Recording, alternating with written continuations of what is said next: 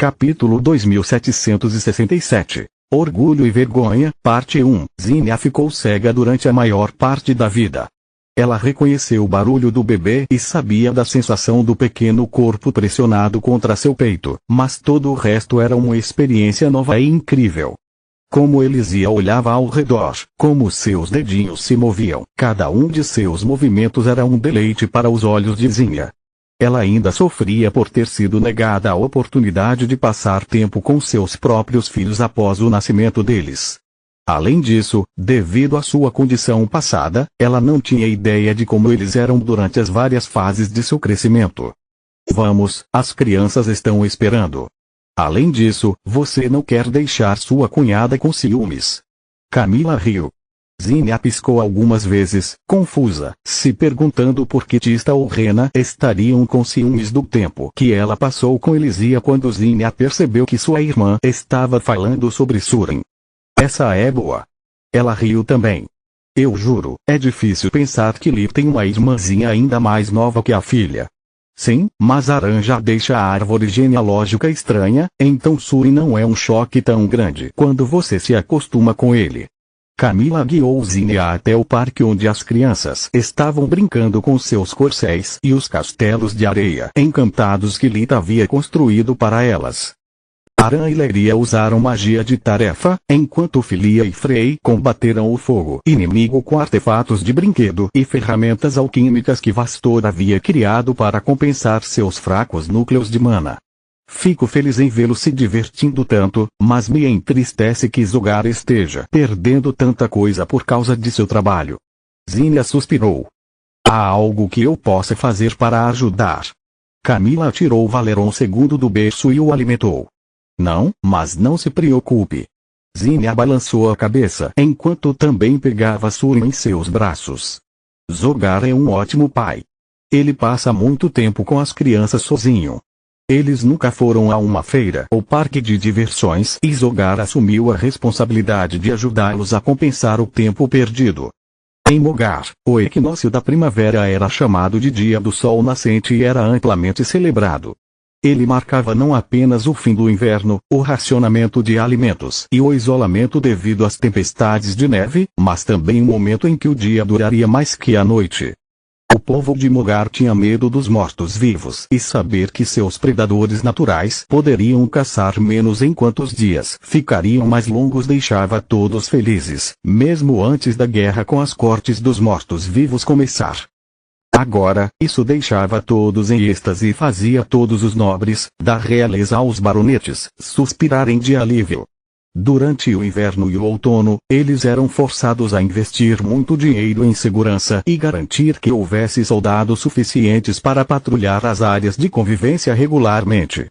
Depois do dia do sol nascente, eles poderiam economizar muito dinheiro apenas fazendo com que os soldados ajudassem na construção e manutenção de propriedades públicas durante as horas extras de luz do dia. Zogar Vastor decidiu aproveitar o feriado nacional para levar Filia e Frey à feira da cidade de Ustar, no lado oeste do reino. Ustar tinha um parque de diversões completo, cheio de brinquedos mágicos que somente os nobres mais altos podiam visitar a qualquer momento. Qualquer outra pessoa precisava gastar muito dinheiro e esperar muito tempo para fazer uma reserva. As coisas ficaram particularmente agitadas durante o dia do sol nascente, já que All-Star trazia brinquedos e shows exclusivos.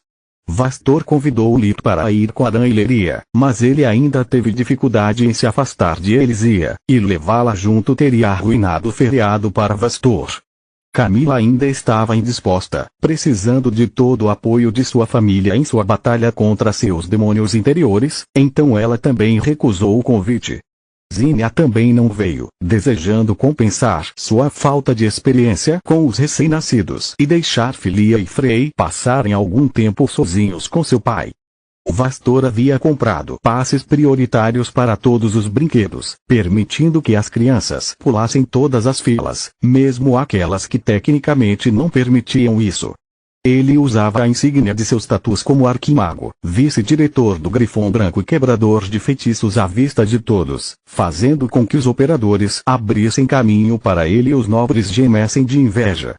Será que podemos mesmo fazer isso, pai?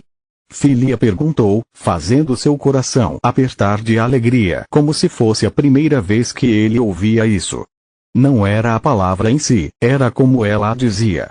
Sua voz estava cheia de amor, confiança e respeito. Não há passes prioritários para a loucura de Manoar, e essas pessoas devem ter esperado na fila por horas. Não é injusto tomarmos o lugar delas.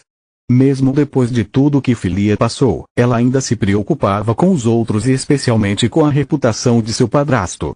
E se espalharem boatos ruins sobre você? Sim, é injusto. Vastor assentiu enquanto segurava sua mão e a olhava nos olhos. Como é injusto que sua mãe fosse cega por anos ou que seus colegas de escola intimidassem você e seu irmão. Mas você acha que algum deles se importava? Não, mas 2 erros também não fazem um acerto.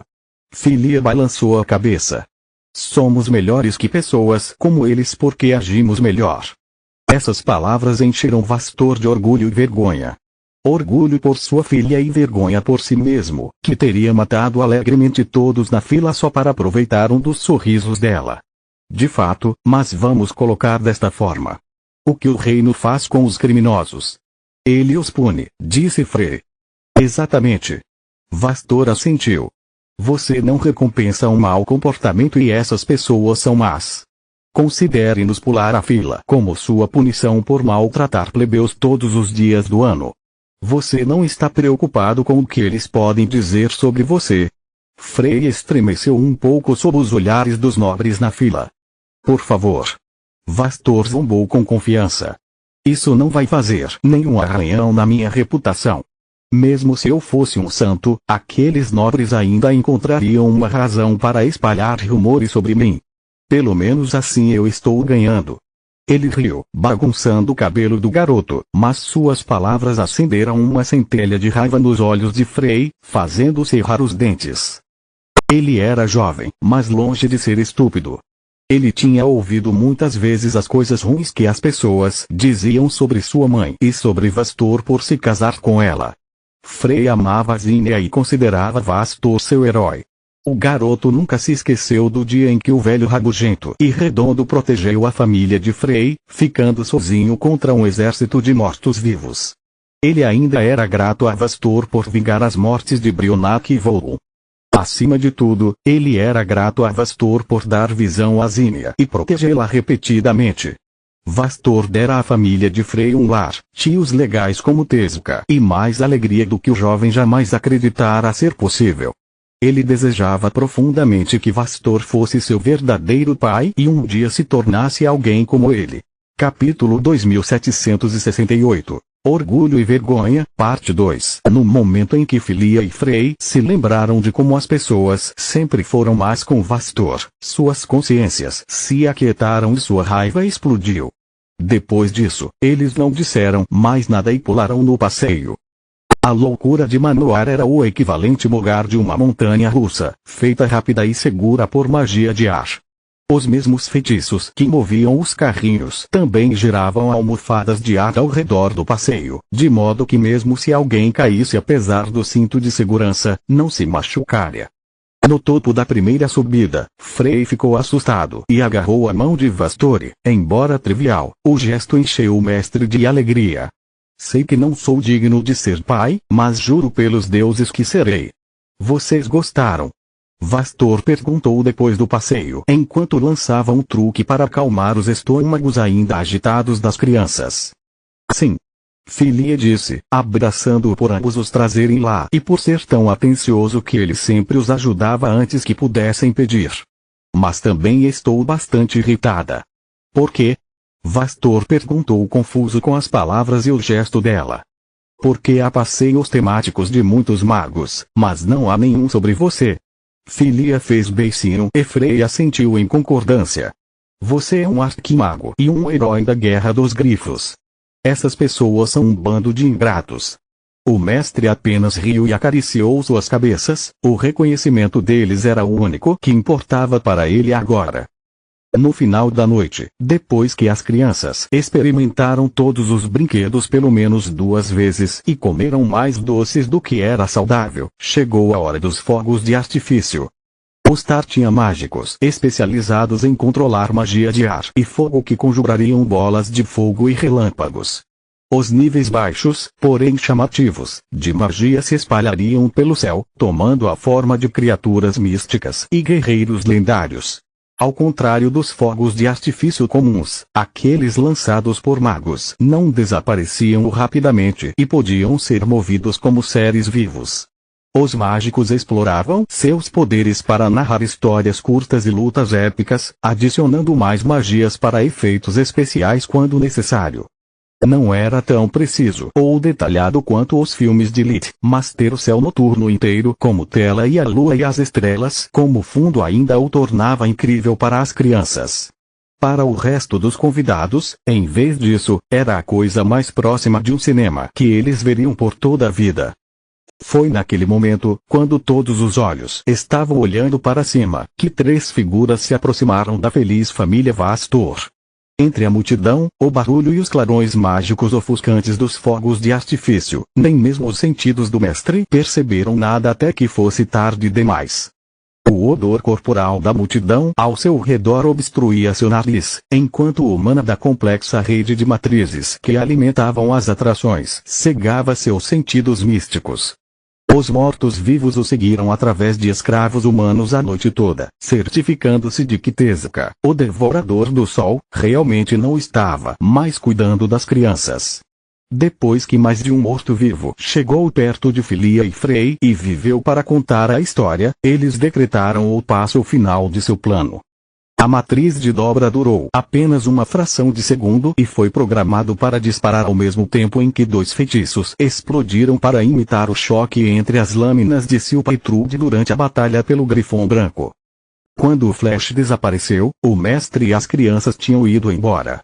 Enquanto o corpo da rainha amaldiçoava Vastor por ignorar o aviso deles e ir para um pesadelo de segurança, o resto dos visitantes estava feliz por ter um pouco mais de espaço pessoal.